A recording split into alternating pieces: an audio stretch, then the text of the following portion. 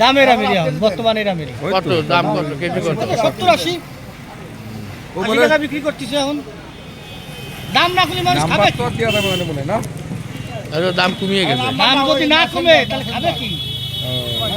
আলু তো 80 টাকা, পেঁয়াজ হলো 120 টাকা, মরিচের তো আর দাম কমছে, তো ভালো। ঠেলা গাড়িতে মরিচ বিক্রি হচ্ছে।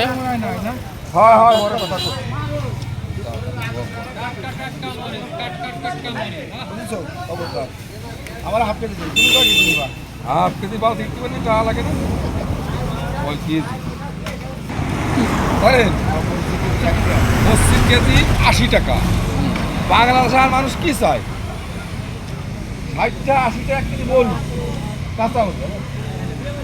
মানুষ তো খুব শান্তিতে আছে এখন মানুষ বর্তমানে, তাই না? শান্তিতে আছে না, অনেক শান্তিতে আছে। তো একটু সামনে কও তুমি। উপস্থিত হইছি তাহলে অনেক সামনে যাও। শান্তিতে আছে অনেক। আর কয়েকদিন অপেক্ষা করেন, আরো শান্তি আসবে। হ্যাঁ তা তো অবশ্যই। আগে এই সময় আলু আর খাইছি এখন নতুন 20 টাকা 25 টাকা এখন 100 টাকা কেজি খাচ্ছি। ইনশাআল্লাহ খুব ভালো আছি আমরা, কোনো সমস্যা নাই। আমরা এরকম চাই আরো। একটা জোনের দাম ছিল হলো 250-300 টাকা, এর একটা জোনের দাম হলো 700 টাকা। তা 1 কেজি আলু 100 টাকা 80 টাকা হলে কোনো বিষয় না। বর্তমানে আমাদের দেশের মানুষ খুব ভালো আছে। খুব শান্তিতে আছে বাংলাদেশের মানুষ, খুব শান্তি।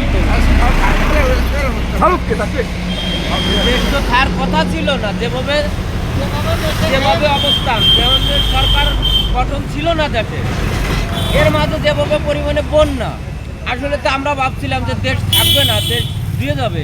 তারা আলহামদুলিল্লাহ যেভাবে আসছে এইভাবে থেকে সরকার আসুক, গঠন হোক, এভাবেই চললি, এভাবে শান্তি।